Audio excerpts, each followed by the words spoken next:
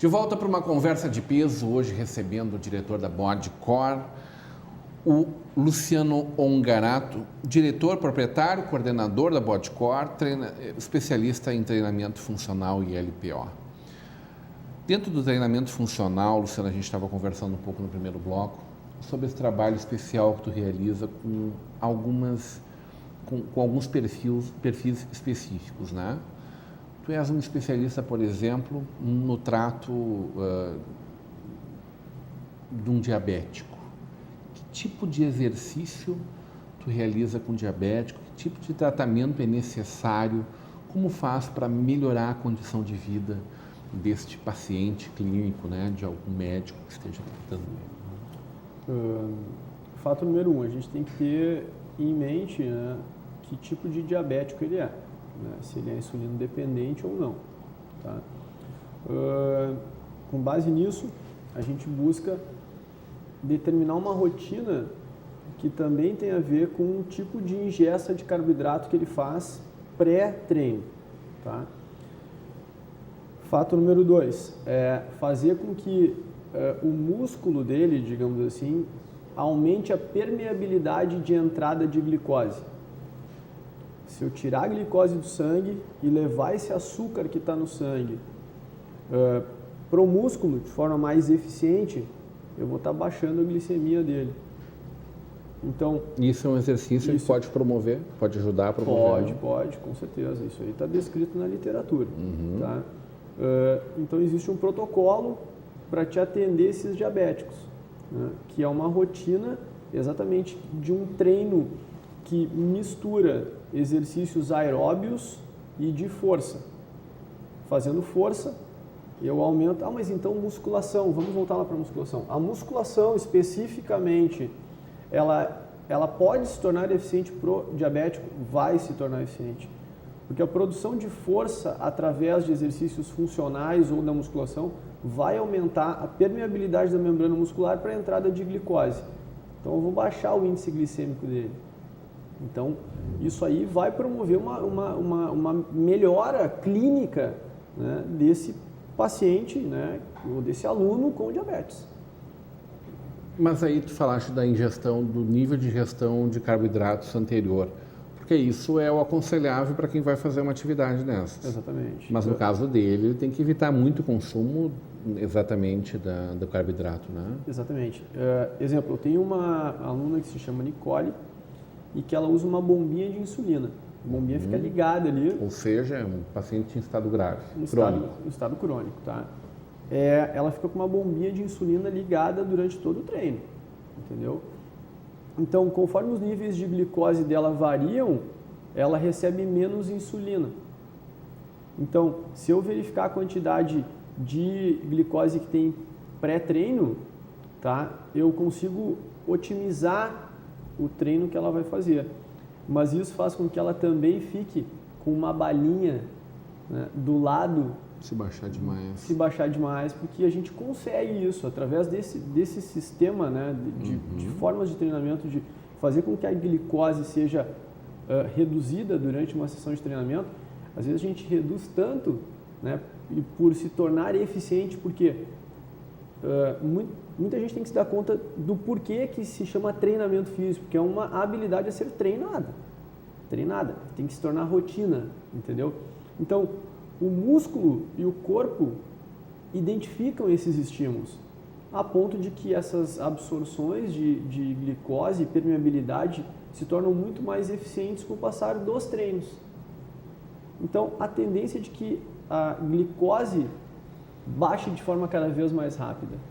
E que tipo de tratamento é feito para um cardiopata, por exemplo? É um reforço muscular? É do músculo cardíaco, especialmente? Exatamente, né? Mas o cardiopata... Mas não tem como tirar o coração do corpo aí e fazer um exercício só nele ali, né? Não. Eu preciso fazer com que... Tem que botar toda a massa para trabalhar junto. Exatamente isso. A mecânica muscular vai se traduzir ou vai repercutir na mecânica cardíaca, né? Então, o que for feito através de músculos e de exercícios que envolvem o sistema cardiorrespiratório vai se traduzir em aumento da frequência cardíaca e da pressão arterial ou não, entendeu? Mas assim, o cardiopata ele tem algumas especificidades, né? Muitos deles tomam beta-bloqueador. Beta-bloqueador, imagina um medicamento que faz com que o teu coração chegue num teto de batimentos. Mais do que aquilo ele não pode passar porque tu está entrando numa zona de risco. Tá? Perfeito.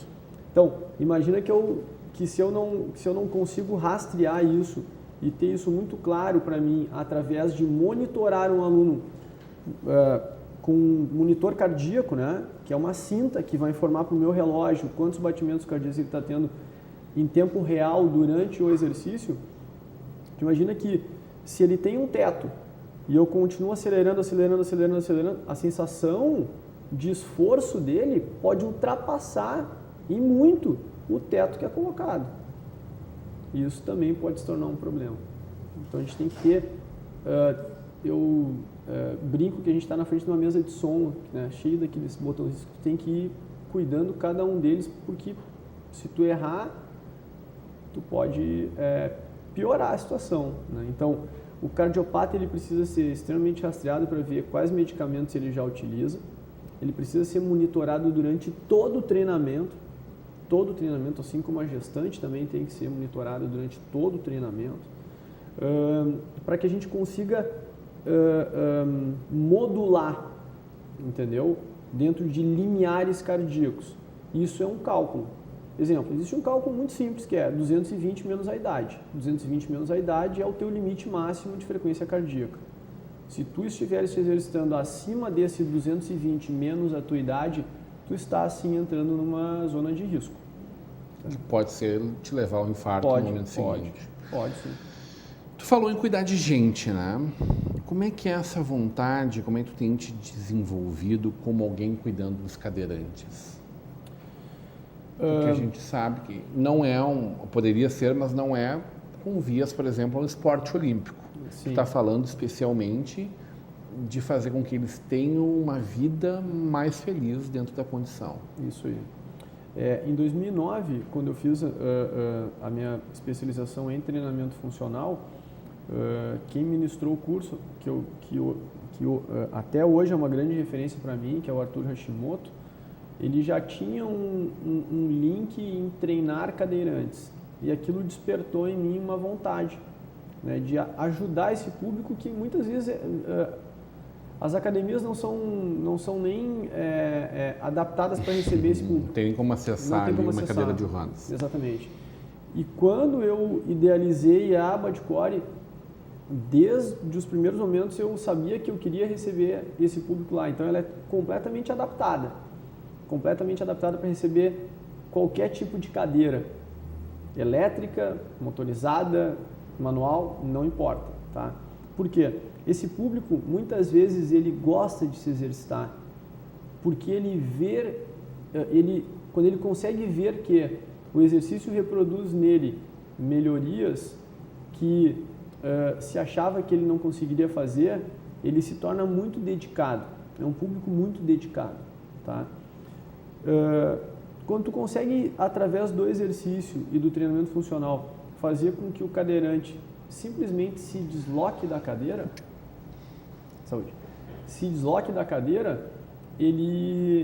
tu consegue fazer com que ele movimente uma musculatura que fica o tempo inteiro em atrito com a parte do encosto da cadeira. Isso provoca lesões, entendeu?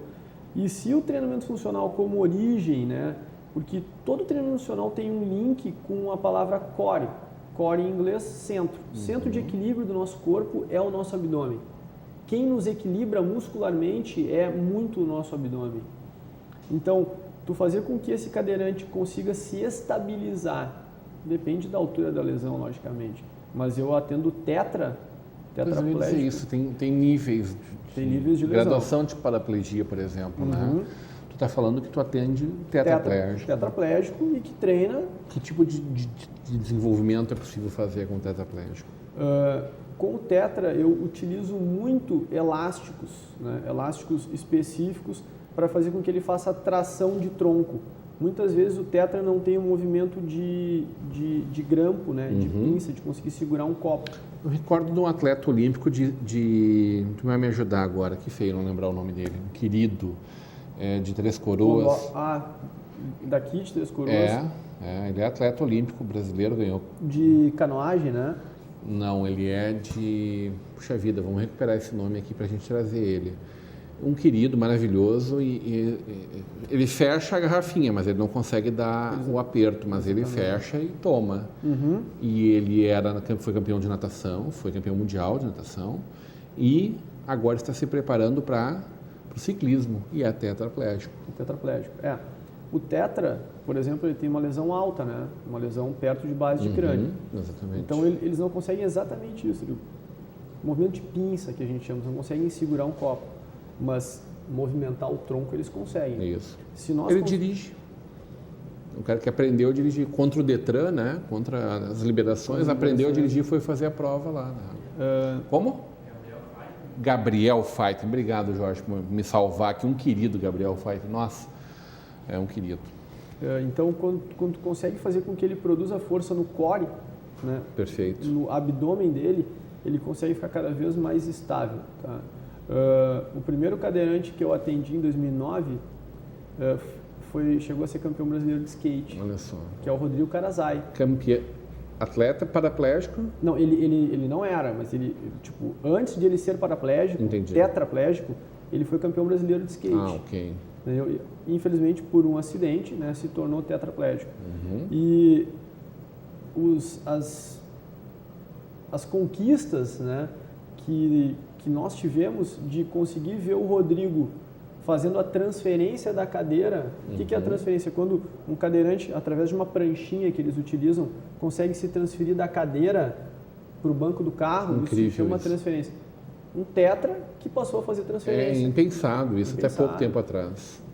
Saber que um tetra passou a sondar menos para urinar, porque passou a contrair o seu abdômen e a sua bexiga começou a receber esses estímulos a ponto de ter controle. Nossa, isso provavelmente não tem preço para essa pessoa. Não tem preço. Muito bom, prazer te conhecer, falar contigo, poder contar um pedacinho da tua história, do teu trabalho e te dizer que é emocionante ouvir essas coisas de ti. Fico muito feliz de saber que a gente tem isso aqui pertinho da gente, sobretudo com essa vontade de cuidar de gente. Seja sempre muito bem-vindo. Obrigado, Rodrigo, eu que agradeço. E agradeço o convite, né? E eu acho bacana isso, que é um programa local que valoriza as pessoas daqui, né? E isso aí acho que nos deixa mais fortes. Para saber de tanta coisa bonita que a gente realiza aqui na nossa cidade, na nossa região. Hoje, numa conversa de peso com o Luciano Ongarato. O Luciano Ongarato, que é da Bodcor. É ali na Pedro Adams Filho? Na Alberto Torres. Alberto Torres, próximo da Pedro Adams Filho ali, né? Isso é na lateral da... Maravilha. O pessoal está convidado a conhecer lá um belo trabalho que o Luciano e a equipe dele realizam lá. Continuo agora com a programação da nossa Vale TV, da nossa rede Comunidade de Televisão.